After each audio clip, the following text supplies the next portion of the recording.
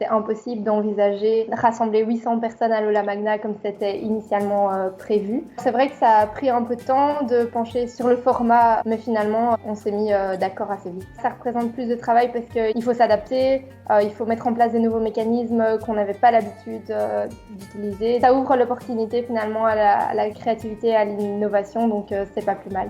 TED laisse vraiment une grande marge de manœuvre aux événements TEDx pour pouvoir justement s'adapter au mieux. Et donc, ils invitent vraiment à prendre des initiatives personnelles et essayer de s'adapter et d'aussi répondre aux besoins actuels de toutes les communautés de TEDx. Et donc, on a décidé de créer un nouveau concept. C'était l'occasion de se réinventer. Et on a créé le TED Exchange. On s'organise comme on peut, un petit peu comme je pense tout le monde dans cette situation. On réagit avec le plus d'agilité possible. On est une chouette équipe, très motivée. C'est vrai que tout le monde a un petit peu donné du sien pour pouvoir réagir avec agilité.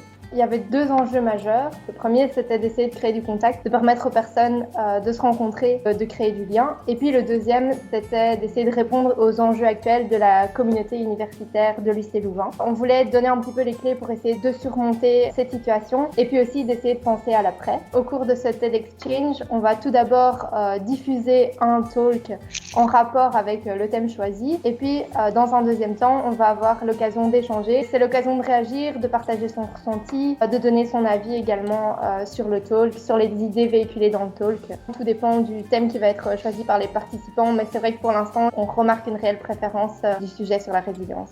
Des surprises, je pense que la vidéo en tant que telle est déjà une grande surprise puisqu'on n'a pas encore communiqué sur la vidéo choisie. Sinon, c'est plutôt l'occasion d'échanger avec les participants et c'est vraiment sur ça qu'on a mis l'accent cette année.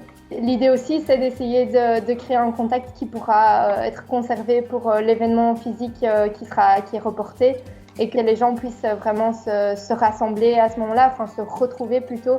C'est clair que l'objectif, c'est de créer du lien, pourquoi pas avec un hypéro entre les deux. Et je vous invite à nous rejoindre sur la page Facebook ce soir à 18h. Ce sera l'occasion de vivre l'expérience TEDx d'une manière complètement nouvelle. Ce sera aussi l'occasion de se rencontrer, de partager et puis de vous laisser la possibilité de donner votre avis sur le sujet choisi.